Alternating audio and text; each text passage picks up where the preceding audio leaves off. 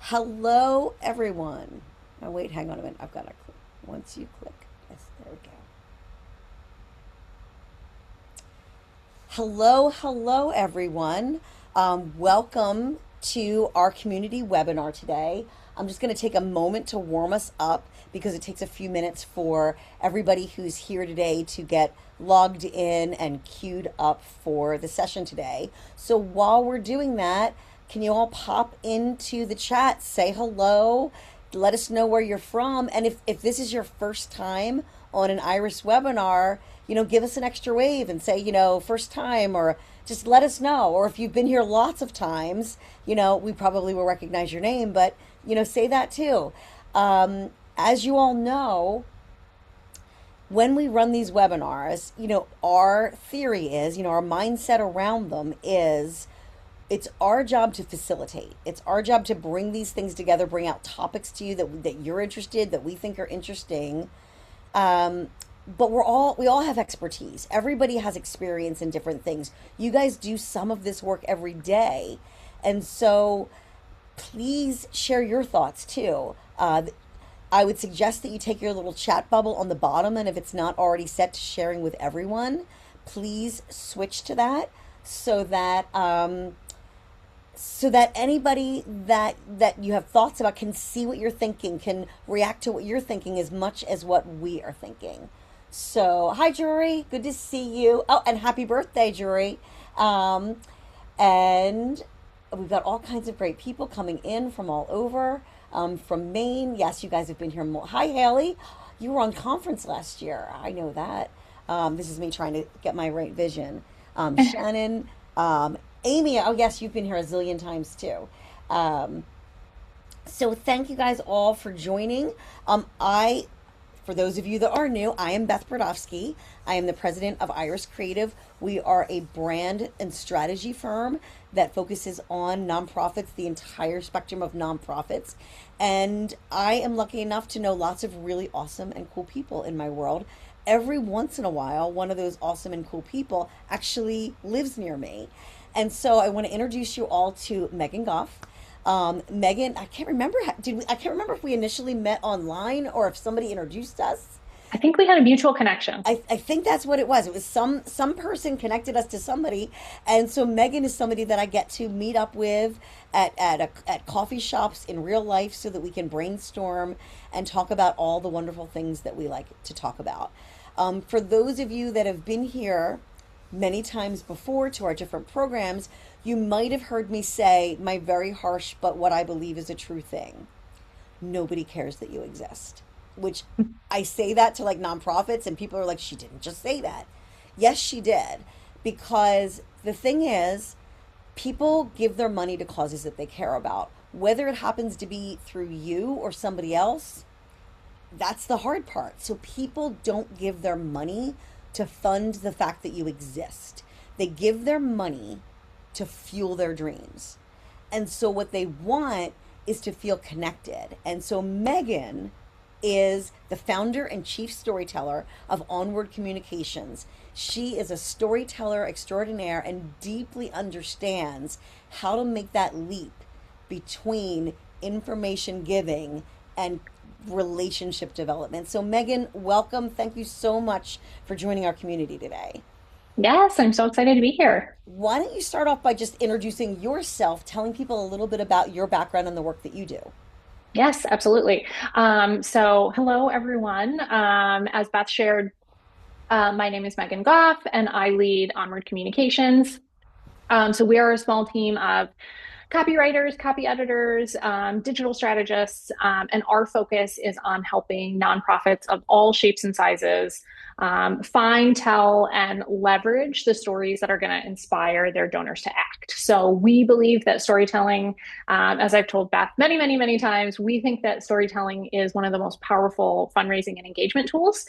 So stories aren't just nice to have; they're kind of a must-have if you want to connect with your audiences. So we work with nonprofits across education, healthcare, community organizations, the arts. We've been really fortunate to work with a lot of different folks, both here in Philadelphia, where I am, but across the country as well. So I'm looking forward to having this chat today.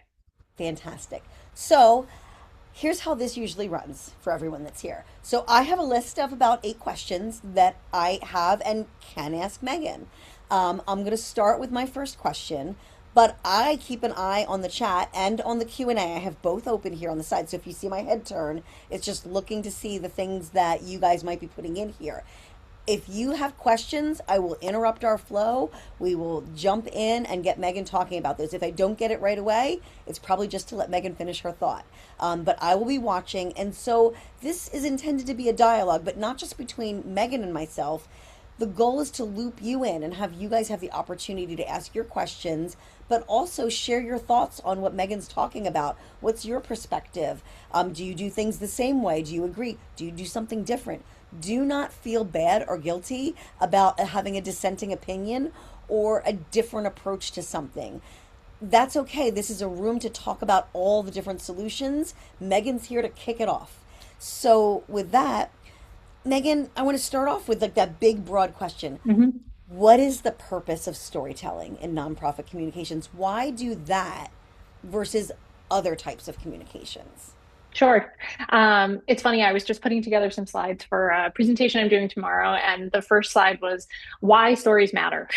Because I think that before we start talking about all the different ways organizations can be telling stories, I think it's really important to understand the role that they can play, particularly for nonprofit organizations. So I think the kind of quickest answer is really that stories help illustrate your work. There's a certain intangibility to a lot of the work that nonprofits are doing. And even in some of the language we use, like, change and growth and impact and transformation, it's hard to really showcase what that means without stories. So I think that first and foremost, stories are a really important part of your nonprofit communication strategy because they take some of that intangibility out of your mission and they actually Mhm. show people, this is what we do. This is how we're making a difference. These are real people whose lives are better or different or changed because of the work that we're doing.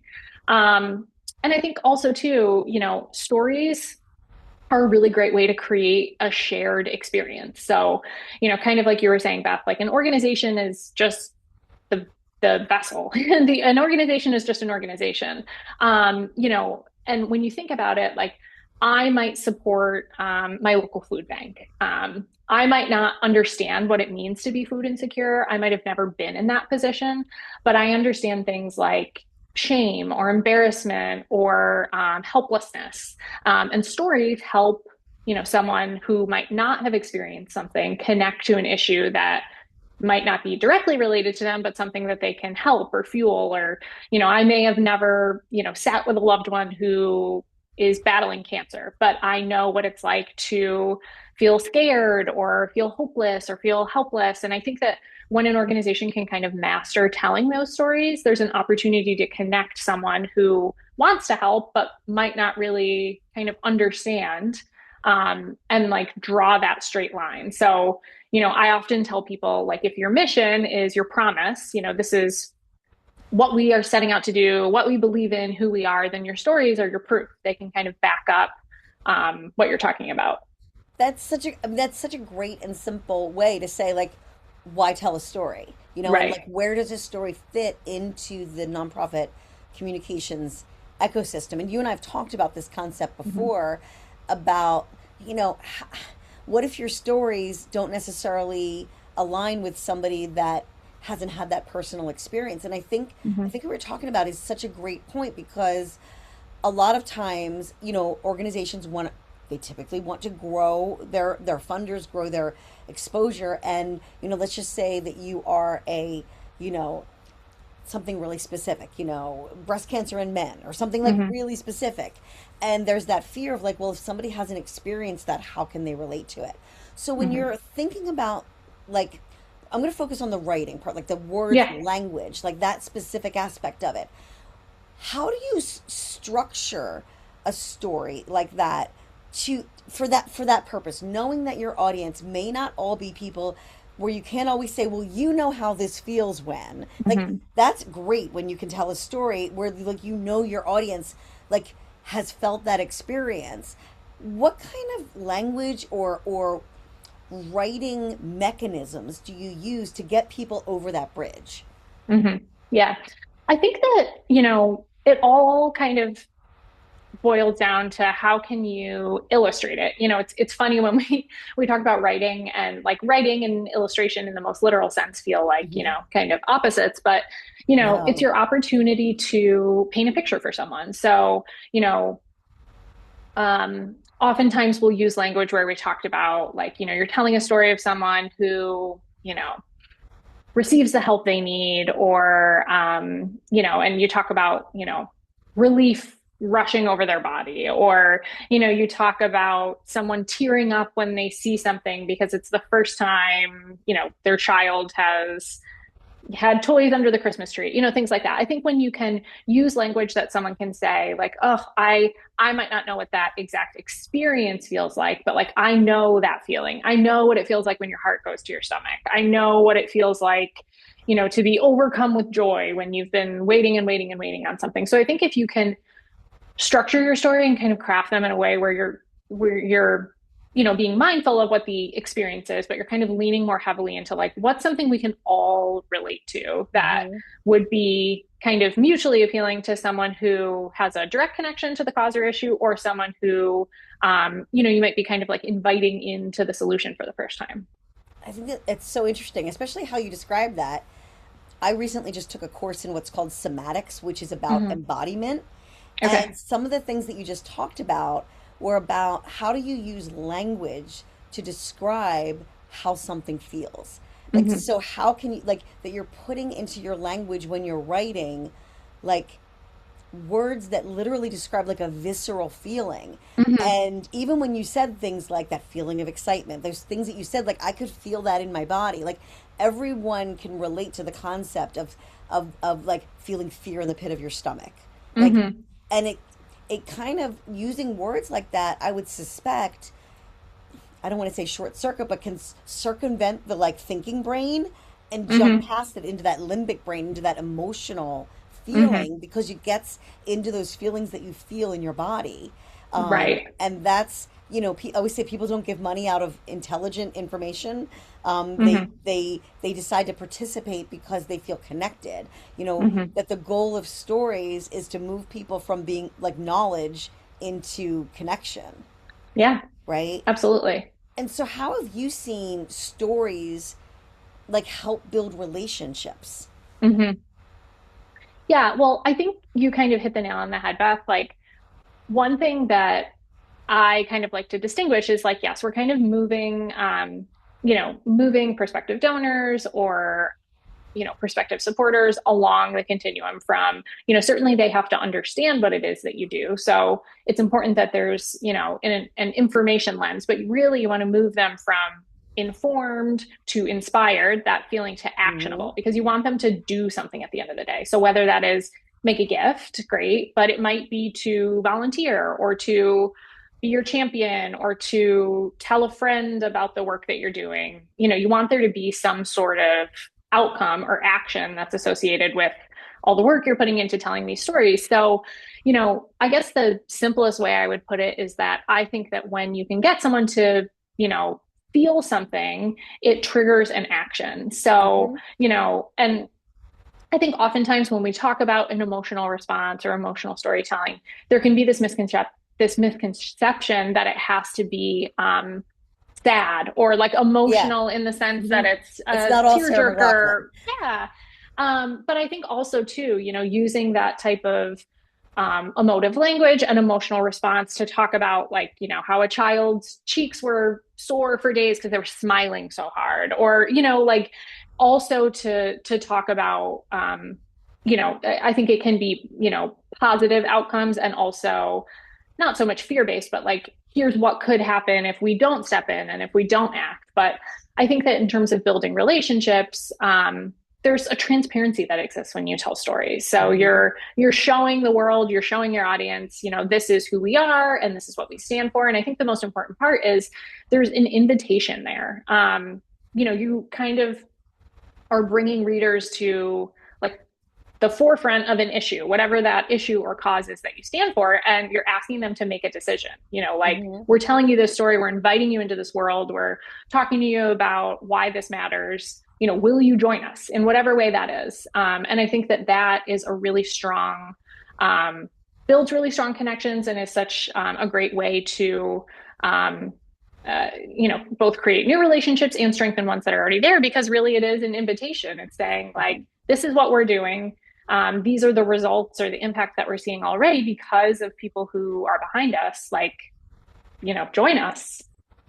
Yeah.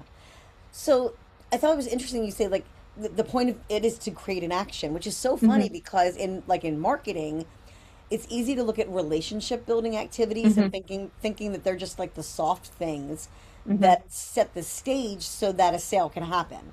Right. But a story can drive things. But I'm curious, is storytelling or the mode of storytelling better for any like particular kind of actions or asks, or not, or can it work for anything? like like for example, like I've discovered, like when I'm trying to get people to sign up for a class, I have Mm-hmm. learned telling a long emotional, like drawn out like a story about how somebody, like, just making it like, here's an example and let me tell you, does not seem to drive people to like for a class. It seems like people seem to prefer, here's what the class is going to be about, here's what you're going to get out of it, do you want to come or not?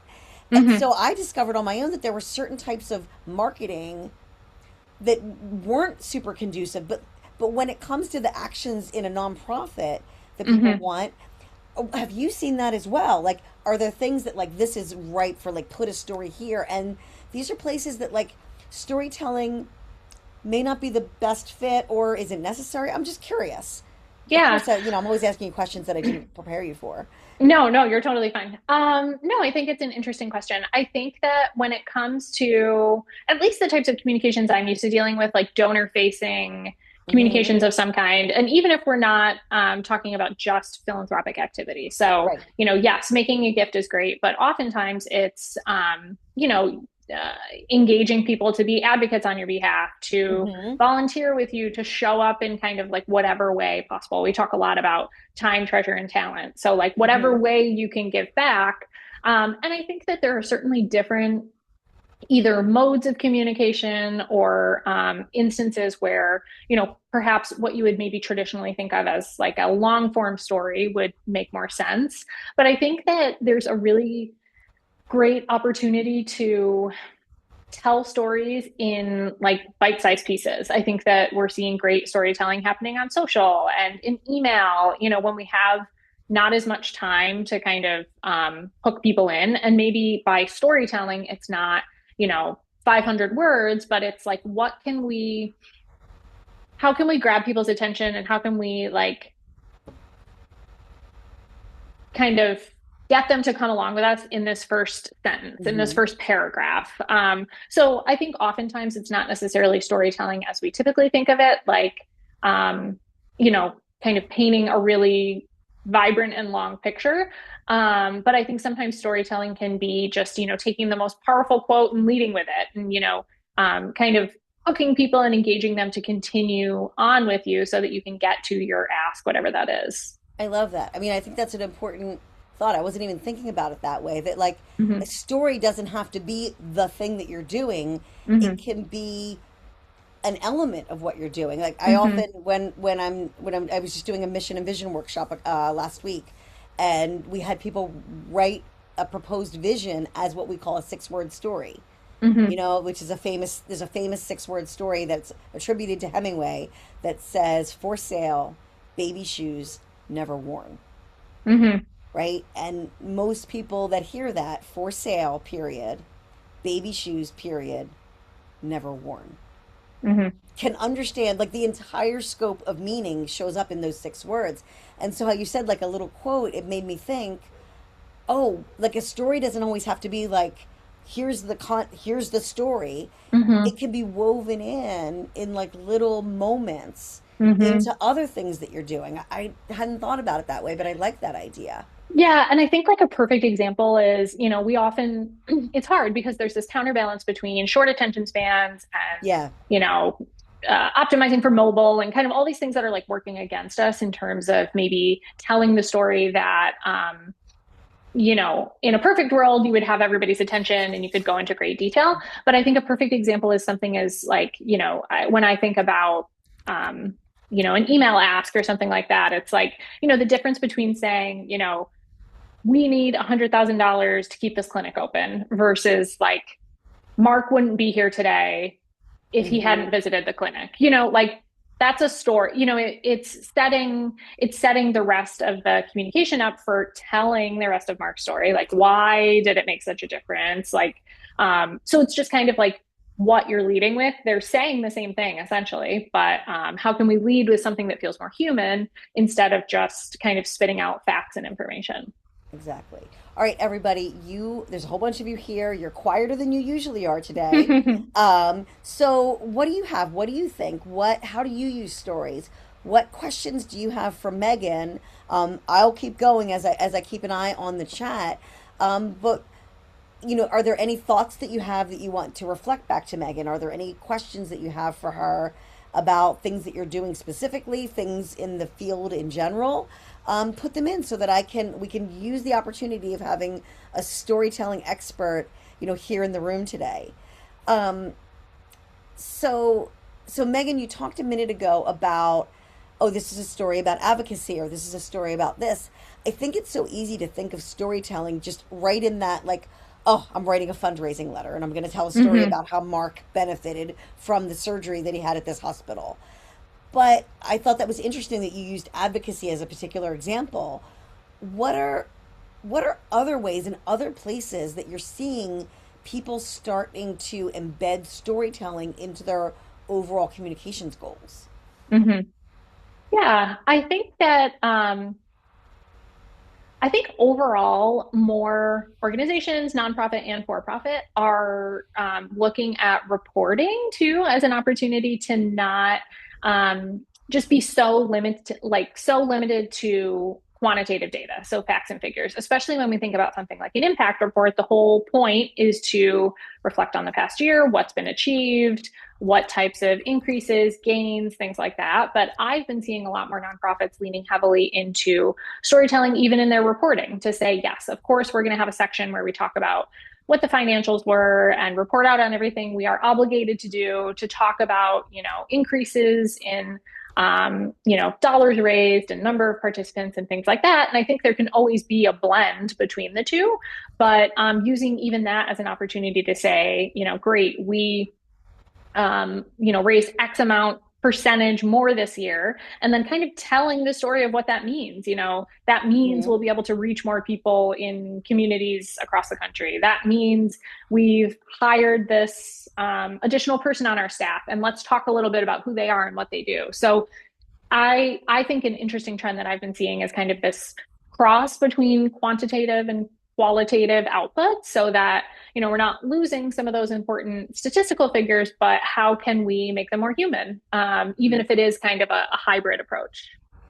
Okay, so we have a question in from Dana, and she's asking Okay. if you could share several examples of stories that have really made a difference for pulling in more donors specifically. So Hmm. when you've done I mean, you do a lot of donor communications. Hmm. What are some examples, and not, I mean, maybe specifically, but also maybe the types Hmm. of stories, like where when you think of in the work that you do, have Hmm. you like done a project and it was like, ah, that Hmm. one did exactly like that was the goal, and Hmm. this is how we made that work. Sure.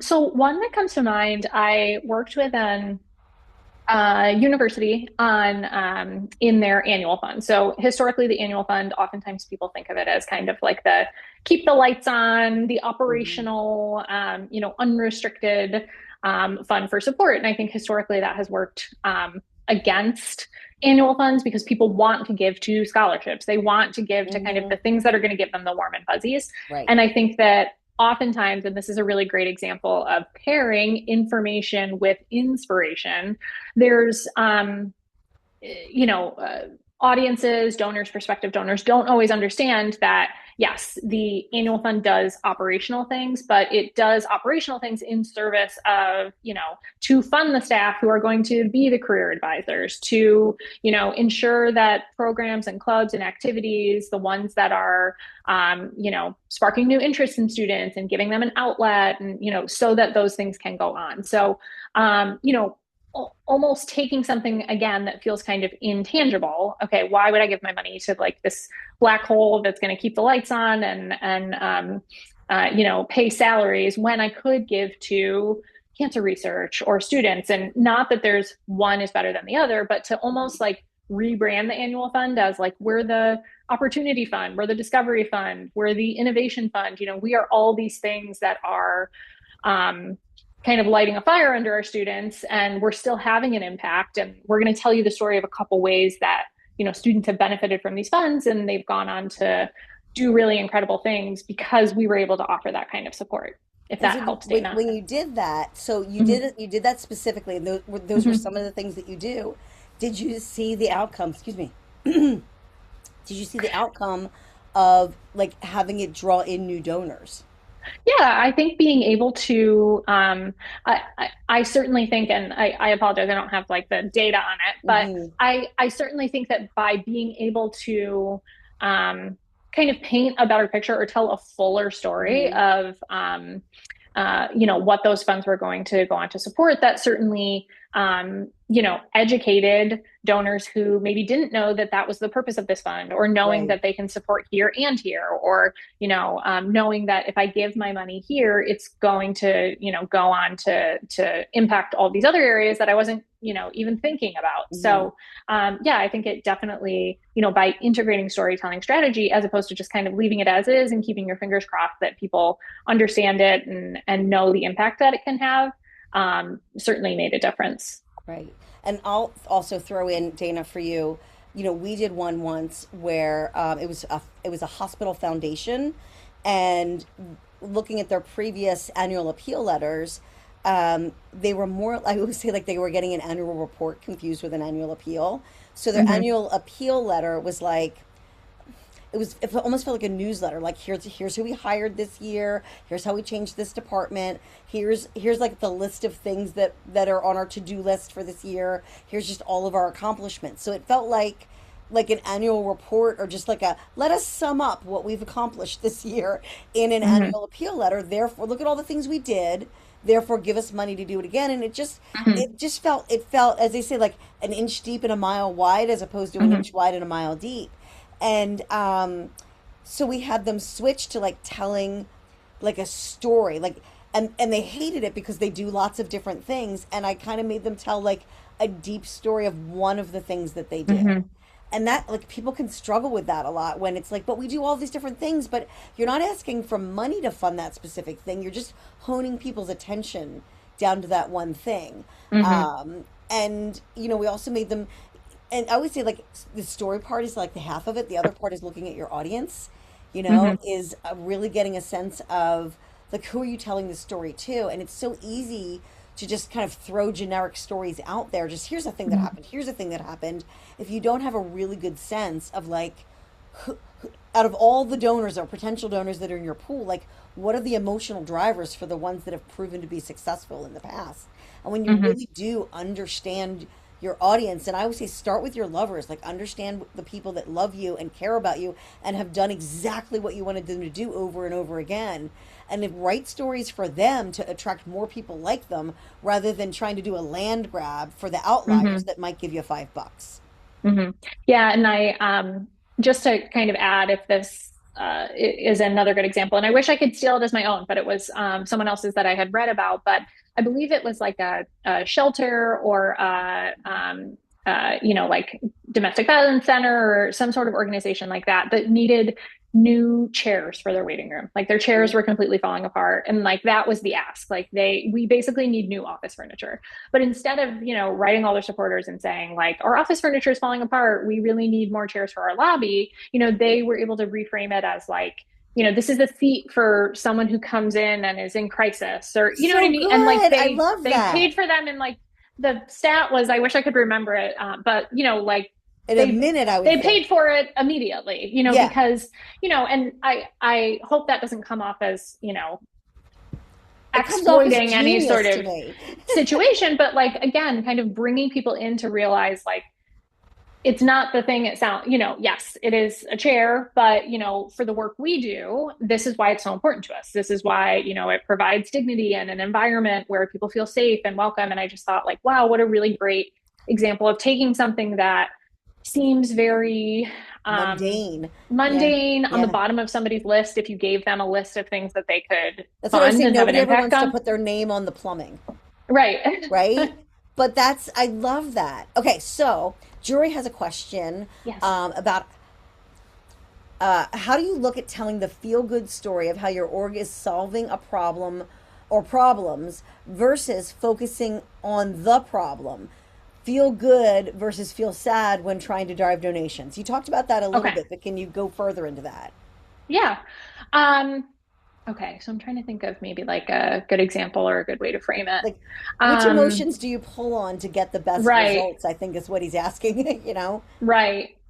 Um, so I think I I'm sure it's It very highly depends. dependent. Yeah. But what I will say is that, kind of like what I alluded to earlier about, I mean, I think that telling a story of what's possible is sometimes like one of hope and one of, oh my gosh, look at what we can do together, and we can produce more outcomes like this family, or we helped this child in this way, and with you we could help 10 more. I think that Hmm. there's certainly an angle to tell that, where you're leaning into all the good that has already happened, and kind of inviting people to come in and help you do more of that.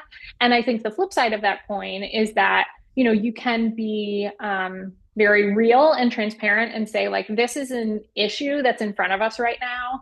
And if we don't do anything about it, there's going to be more outcomes like X, which are unfavorable. Right. And I don't necessarily think there's a right or a wrong way. Hmm. Um, but I think that they're both opportunities to say, I think as long as at the end of the day, you want the donor, the recipient, the audience, whoever it is that you're speaking to understand what the issue is. Hmm. And I think that based on the stories that you have at your disposal, the people who you've spoken with, the kind of people you're advocating on behalf of, you may unfortunately have one or the other, or more of one than the other. And I think that, um, you know, there's opportunities to do both. Exactly. And it might just depend a little bit on, kind of who you are as an organization, and what your goals are, and kind of how to craft that story. I wish that was a little bit more of a straightforward Well, answer, and but I can, well, I'll add to that in that in my world, the way I think about it is there are a lot of issues that are important to people. hmm And you can write to them and they can read it and say that that's a really important thing. Sometimes that has to do with people's identity. Like, hmm I want these political candidates to be in charge, or I care about the environment. Um, and so they think it's important, but they don't, people don't necessarily give or take action just because they think something is important. As hmm many of you who have been here before might have heard me say, if information was all it took for us to do the right thing, we would all be skinny. hmm We would all be exercising as much as we should. Like like I think that's all important, but like, do I do it when there's, something delicious to have? No, not always. And hmm so, like, how do you take an important thing and find like there's something urgent about it? And like the word urgent is a tricky word because urgency can often translate into emergency. hmm And sometimes emergency works. Emergency worked really well during COVID, really, hmm really well. But as Megan said earlier, like nobody wants to like give you money to like top off your tank. Like nobody wants to like Right. fill like, oh, we're $100,000 away from finishing off our annual campaign. So give us money. hmm Like that is not a compelling reason to me or to anybody. So like when you look at your like positive, like the positive approach, or a, I don't want to say negative, but like a more this is a problem approach, hmm where can you insert in some feeling of urgency? Like I Hmm. loved it in your chair story. Like that story could have been a, well, it's important for people to have a place to sit down. Yes, Hmm. yes, we all agree that that is true. But when you turned it into like, this is important for self-worth and that's part of our mission, Hmm. it, like, I don't know, like I feel like I can get caught up in that story. Right. Um, it, I love that. And so, okay, so I'm going to jump to the next question. Sure. What do we have here? This is me, like where I can't get the right distance here. Okay, so Christine's asking, what do you think of the photo question answer format? Interviewing the beneficiaries of the donation. Is that too old fashioned? No, I don't think so. I think beneficiary stories are incredibly powerful. And I think that, um, depending on the type of work you do, that could be very broad. I think sometimes there's a very straight line approach where it's, um, family receives food from the food bank, they're the beneficiary. But I think that sometimes it's, even a little bit more widespread. Or you could say, maybe you fund, uh, you're funding the renovation of a playground or something like that. You can talk about certainly the impact that it's having on the children and families who play there, but also, the community groups that gather there, or, if we talk about funding, I think a building is a great example. Like, Yeah, oftentimes when we talk about, again, kind of circles back to that more like intangible thing, when you think about, like, okay, well, who's the beneficiary of this, science center? It's like, well, I guess maybe it's the teachers who teach there, but not always. Maybe it's also, the student who's exposed to, this high tech equipment for the first time, and then they go on to, pursue a career in medicine. Or, I think beneficiary stories are almost like your first line of impact. So if you really want to talk about how a donation has made a difference, and, how it has impacted someone personally, I think, no, I don't think it's too old school. I think definitely there's room for, if you want to diversify that and say, like, oh, okay, great. Well, this person is maybe the direct beneficiary, but, if we gave them the tools to, get a job, how has it impacted their family? How has it impacted their self-worth? I think there's always room to kind of like yeah, reverse peel the onion and right. figure out, like, what are those other layers, going beyond just the direct, like, I have received this training, so I have a job and now I can provide for my family. Like, what does Hmm. that mean for my kids? And Right. now I can be an active member of my community. And so there's always an opportunity to tell like a fuller story. And like we had a organization that we worked with for years that bred and trained guide dogs in Israel. And we told tons and tons of stories of like recipients of guide dogs. And, it's Israel. So some of the people were blinded because of, required military service. And then some of them were from completely different reasons. And some of the dogs didn't pass guide dog school. And so then they became like companion dogs. And so after we kind of, we were feeling a little repetitive telling that same sort of like, this guy got a guide dog and now he can do all these different things. Great stories, but we started mixing them and intermingling with like, okay, so we don't want to just tell military stories. We wanted to tell, like, there was a story of a mom who went blind while giving birth. Like, oh my God, Mm-hmm.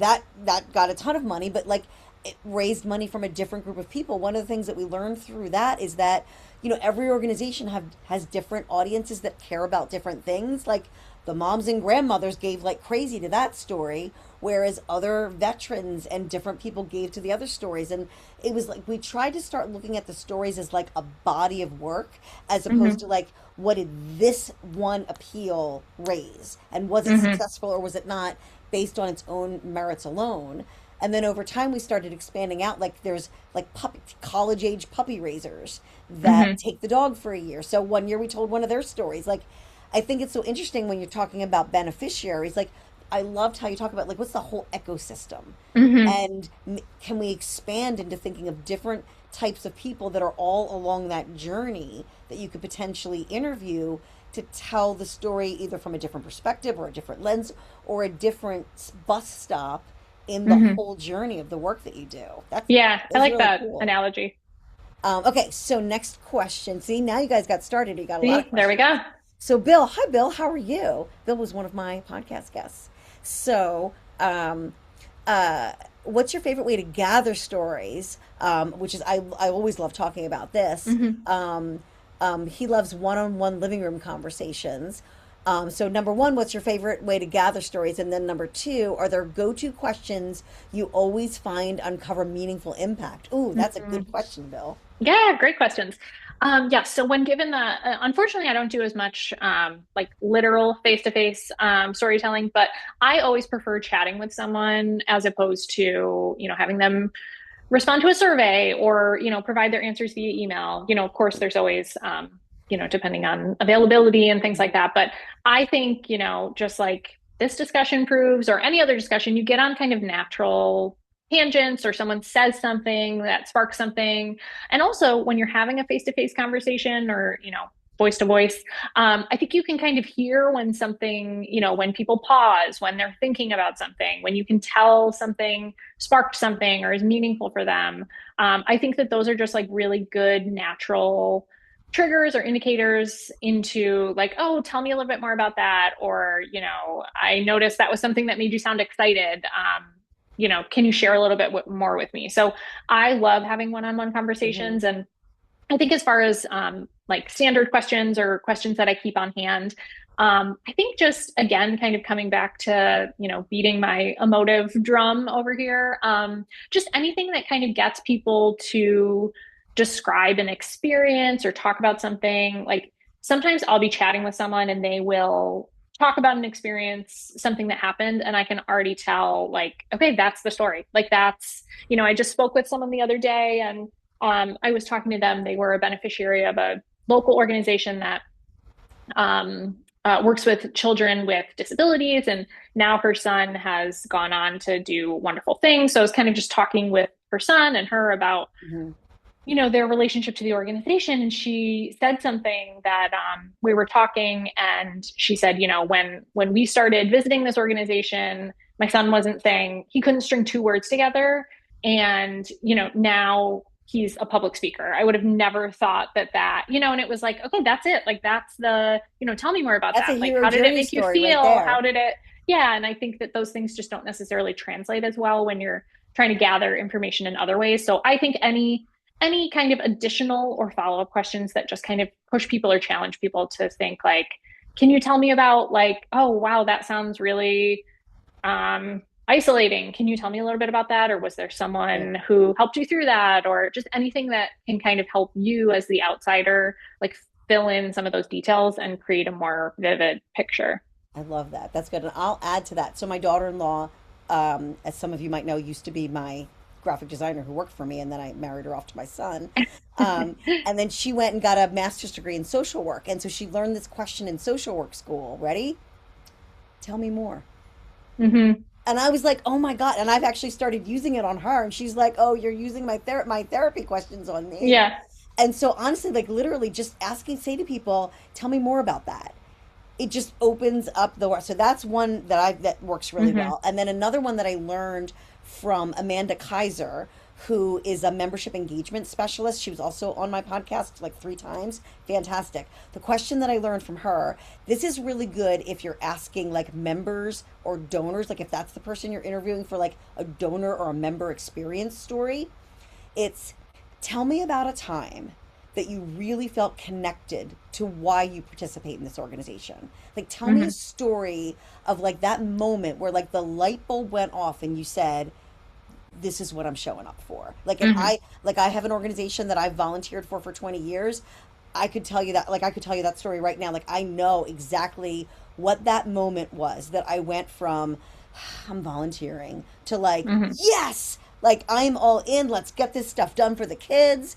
I am here for like it connect the moment that it connected me to the outcome of like what my participation does for making what I want to have happen in the world. Like that question, and I use it like when we do brand strategy interviews. That question is on all of my lover interviews. That is fantastic. And then the first, going back to the first part of your question, Bill, you talked about interviews. For all of you guys that do get the chance to interview one on one or interview on person, check this thing out. Can you see it? It's like a little, I'm going to hold it. It's like a little device. It's got a little clippy thing on the back of it. I can clip it right here to my thing, or I can pull it off like this. Just take the clip off the back of it and sit it on a table. It is. It's not a microphone. It looks like a microphone, but it's not. It's actually an AI recording device. It's called Plaud, Plaud. And I wasn't even going to talk about it, but it happened to be sitting right here when Bill asked that question. And so what it does is it connects to an app on your phone, and it records everything that in the conversation, and then we'll create a summary and a transcript for you. So if you want to be like more present and more engaged and not Mhm. have to constantly be taking notes, like a recording, because now that we're all on Zoom all the time, we're like, oh, this is so great. I can do an interview on Zoom, I can hit record, and then you think, oh, if I'm doing this in person, like I'm gonna have to write and take notes, and maybe it is not my strength. Mhm. Any of you that know me that know, like, if I try and do two things at once, it's a disaster. And so this has just been a godsend for me to be able to capture in-person experiences. So I highly recommend it. Love that. Okay, so let's see. We have a little bit more time, so I've got a bunch more questions in here. Haley is asking, do you have a checklist or a rubric for evaluating? Oh, of course, somebody just put one in and it disappeared. A checklist or a rubric for evaluating what makes a good story for an organization, and or what elements or details do you need to gather to be able to create a great story? Got it. I don't have like a checklist or a rubric. I have found that what works best for me is um, trying to think if this answers the question. So I think that I'm kind of a fan of like gathering all the information up front and then kind of figuring out all the different ways that it can be used. So I think that, if someone says, hey, we have this volunteer who is interested in talking, and maybe it's about something specific, maybe it's volunteer appreciation month, or, you just kind of want to highlight their relationship to the organization. I always like to include kind of some standard questions, I guess, almost like we were talking about in our last question, that might be more than what you're looking for in that particular piece or story that could possibly lend itself to, use somewhere later. So, Hmm. covering a bunch of bases if you're not sure if it's going to be a super strong story, if they aren't giving you a ton, but kind of padding it with some extra questions so that you can gather as much information as possible. And then always, whether it's for myself or whether you're working with a team, kind of saving those interview transcripts, notes, anything that might be helpful so that if decide down the road, maybe you're just using a small snippet of it right now for something very specific, you could go back and say, okay, is there enough here that I could use it for XYZ? Hmm. So I got all the bits and pieces I needed to just spotlight this person as a volunteer. Great. They didn't have a ton to say about why they volunteer, but they talked a lot about, their participation in our last XYZ. Maybe that's something. So I think it just kind of depends on how blind you're going into the interview. Is it just this person is willing to talk, so let me see what they have to say? Or has Hmm. it been vetted a little bit already where it's, this is John Doe and he made a gift and we want to know more about why this organization means so much to him? So I think it depends a little bit on kind of how qualified the interview Hmm. is going into it. But I think anytime someone is willing and interested to talk to you, I think gather what you can. And then if you find, ugh, I only got a little small blurb out of it, one strong pull quote for social media, well, it's one you didn't have before. And, perhaps there are some other bits and pieces that you might be able to use for something else down the road. That's those are good suggestions, and I think I agree. I 100% agree with you. If someone is willing to talk to you, talk to everybody. Mm-hmm. I'll give you like, and I think it's so funny the difference between a writer and like Mm-hmm. and a non-writer. Like Megan, just like you know how to do what you do, so it's like thinking through like how would you break it down. Whereas I have to think about how I break it down because I'm not a trained or a natural writer.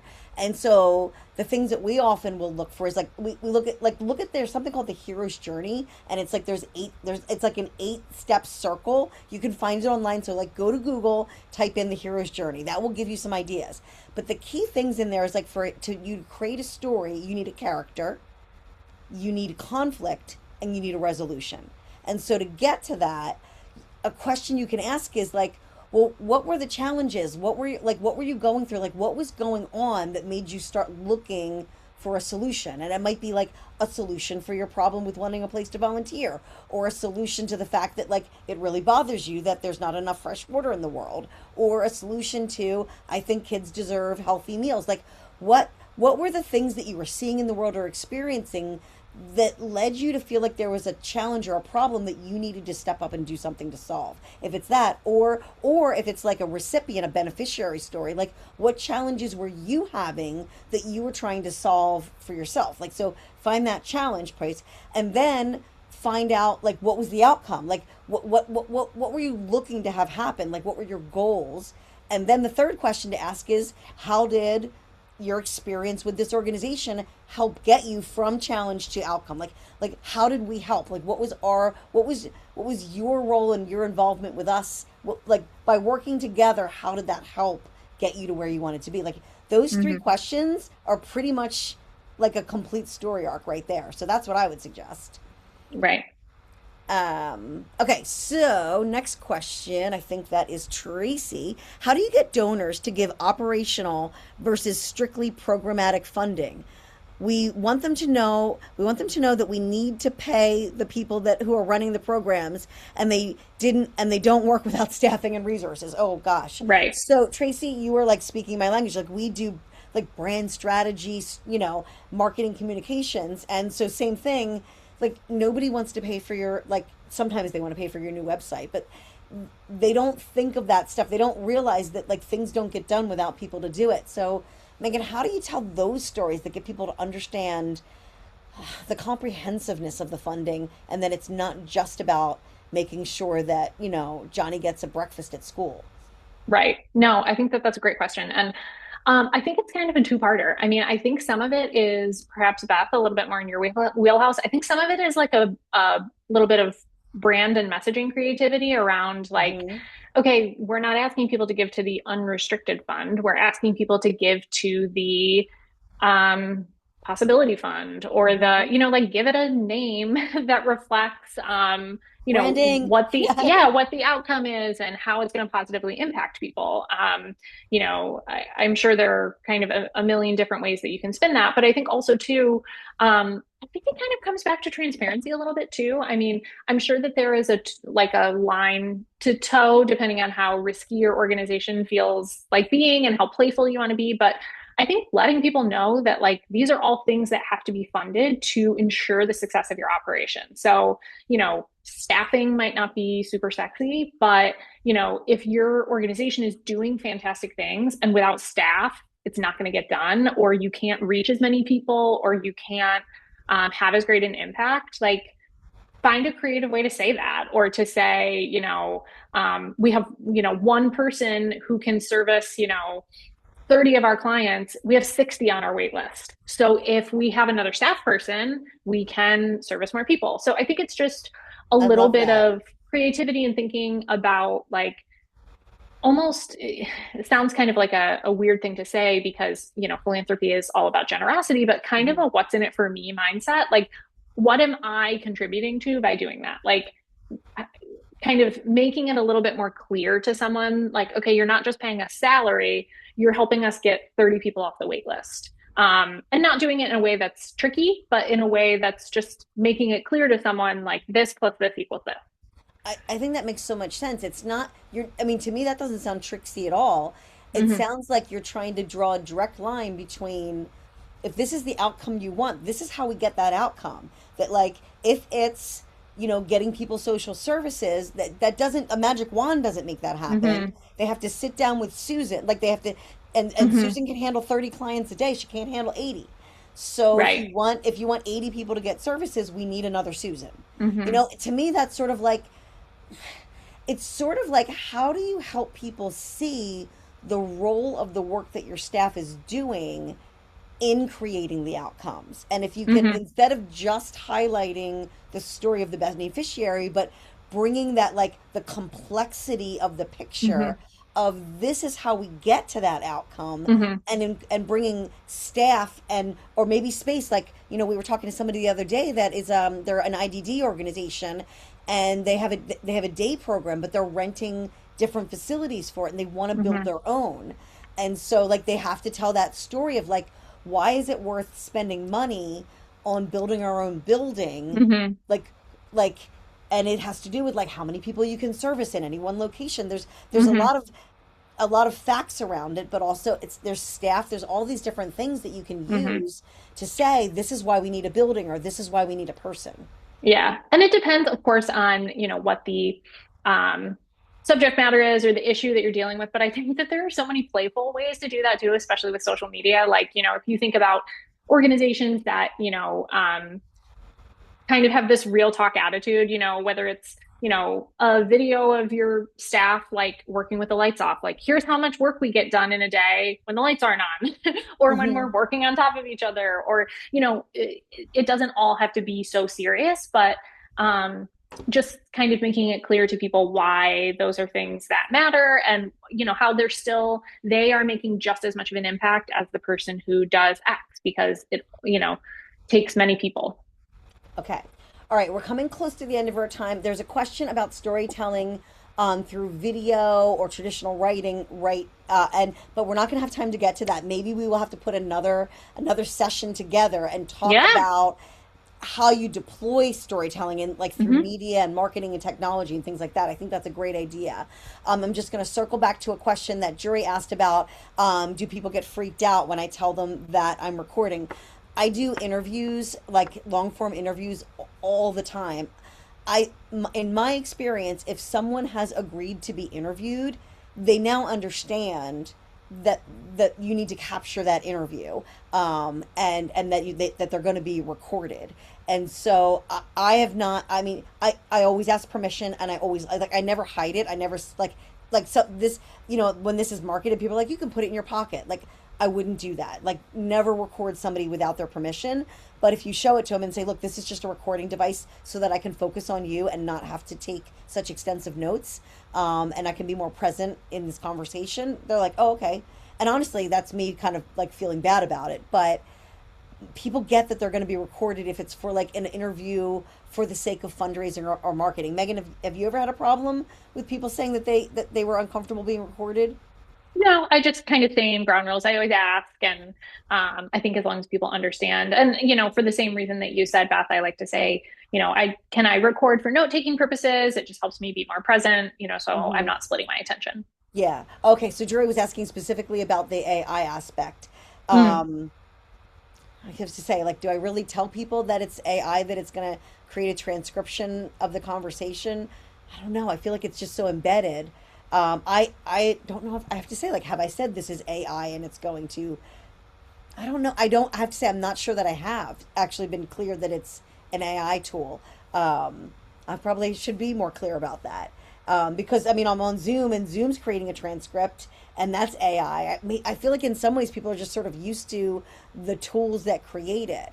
Um, but yeah, exactly. Joyce saying there's a lot of note takers. I think people are just getting really familiar with the note takers popping into meetings and all of that stuff. Okay, so we need to wrap up today with Megan, and I want to thank you so much for um, everything that you've done. So Megan is just has so much information and more than she can even tell. She has a resource for you, and I'm going to pop up a poll. I'm going to relaunch the poll. Here we go. So the poll should be up on screen. So she's got this great resource that's called The Four Stories Your Nonprofit Should Be Telling in 2026. There's a yes and a no. If it's a no, like you can ignore it. But the only way I can do a poll on LinkedIn, excuse me, on Zoom, is it has to have at least two things. So if you would like it, say yes. I'll pass your information along to Megan, and she will make sure that she gets that out to you. And if any of Yes. you that happen to be listening to this on the recording, because the poll isn't live, please just send me an email. And if you've registered for this, you will get a replay email from us, and I will include Megan's email and her contact information in it. If you weren't on live and you'd still like to have a copy of it, just shoot her an email, and she will get that right over to you. All right, so we have everybody has responded, so I can end the poll and close that. Megan, thank you so much for all of your time Yes. today. Thank all of you for joining us today. You asked fantastic questions. I hope that this was helpful. We try and do these. we've been a little lacking on our community webinars this year because my Megan was out on maternity leave for a number of months, but we are trying to get back onto our pace of having our community webinars regularly. So if there is a topic that is a burning question for you that I should find an expert to have a conversation with, to like flush this topic out so that we can all talk about it, please let me know. And Megan, thanks for your time, and we will see everybody Absolutely. next time. All right. Take Thank you so care. much. All right, Okay. bye bye. Bye.